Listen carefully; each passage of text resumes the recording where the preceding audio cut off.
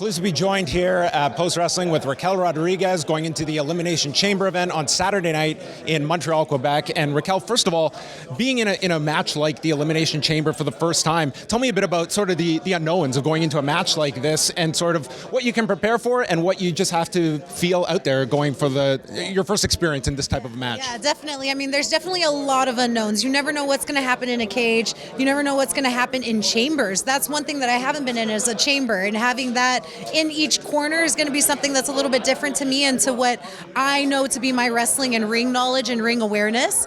And I think also, too, facing women that I've never really had an opportunity to face before, like Carmella. I've yet to step in the ring with her. We had a little tidbit last Monday on Raw together, but honestly, that is the extent of the amount we've touched. Asuka and I as well. We've had a few little things here and there, Money in the Bank, Rumble, but nothing bigger than that, not a singles match ever in our career. And so that's something I'm looking forward to, is actually getting a moment with Asuka, getting a moment with Carmella, getting a moment with all of the ladies, and also waking up the WWE Universe to who I am. I feel like a cage match for me is something that I excel in. I've been in 2 War Games matches, which is a bigger cage, 2 rings, more women. So I think I do have a little bit of an advantage on my side when it comes to being in this Elimination Chamber. I feel like I'm going in with full confidence, and I'm really excited for what it's going to bring tomorrow.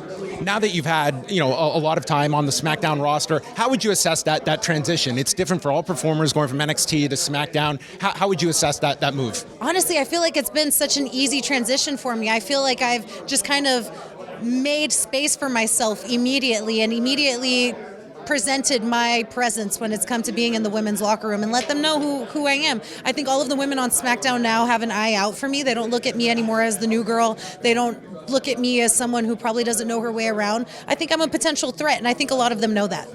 We've seen a lot of, especially since last summer, a lot of women coming in, both on Raw and SmackDown. When you see kind of what is laid out for you and utilizing your television time to the most of your ability, what's sort of your mindset going in there, where it's a 2-hour show unlike Raw and there's only so much time to go around? Yeah, I mean, the mindset is always to go out there and put a smile on someone's face, make an impact for whatever amount of time that you have. Make your presence known, for even if it's for 5 seconds, 10 seconds, a minute. Make your presence known and make it unforgettable. And I think that's what's most important for a lot of people who are going out there thinking that time is an issue. It's not really time. It's mostly about what you're going to give in that time.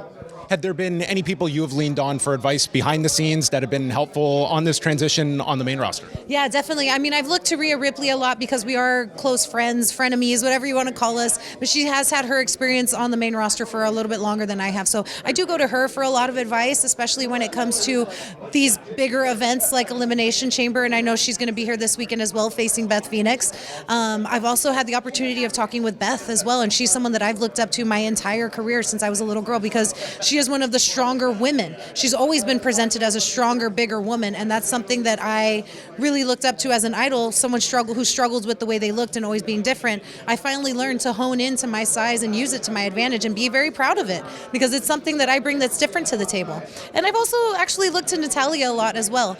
And, she's been, she's one of the longest women on the roster, but she has the most knowledge and experience. And not only that, she's so amazing to share it all with us, because she's so willing to share it with us. She's so willing to give us her experiences, to give us her knowledge, to give us her advice. And I take every single word for what it is. And I love that she is willing to just pass that down to everyone else and share that with us. And even getting the opportunity to share the ring with her is always such an amazing experience, because she's just amazing. I love her. Are you someone that ever goes back and watches earlier work from yourself? Are you comfortable watching yourself? Tell us just a bit about that process to see the progression. Yeah, I definitely am. I definitely am watching a little bit of my younger self, because it helps me realize a lot of mistakes I might have made then, and a lot of ways that I can correct it now if I'm still making those mistakes. It kind of makes me think, oh, I still do that. That's not good, And so it's little things that you can pick up every now and then, even if it's the slightest bit of changes. But it also helps me remember what I used to bring to the table and what was effective. And maybe I've forgotten it along the way because other things have kind of come into my arsenal. So it's nice to go back and pull that out of your back pocket and be like, oh, they haven't seen this. I bet they haven't seen this, but I just rewatched it and now I'm going to use it. You got several tricks in the chamber for everybody. Exactly. Pardon the pun. Last thing we'll touch upon, a standout moment for you was working with Ronda Rousey.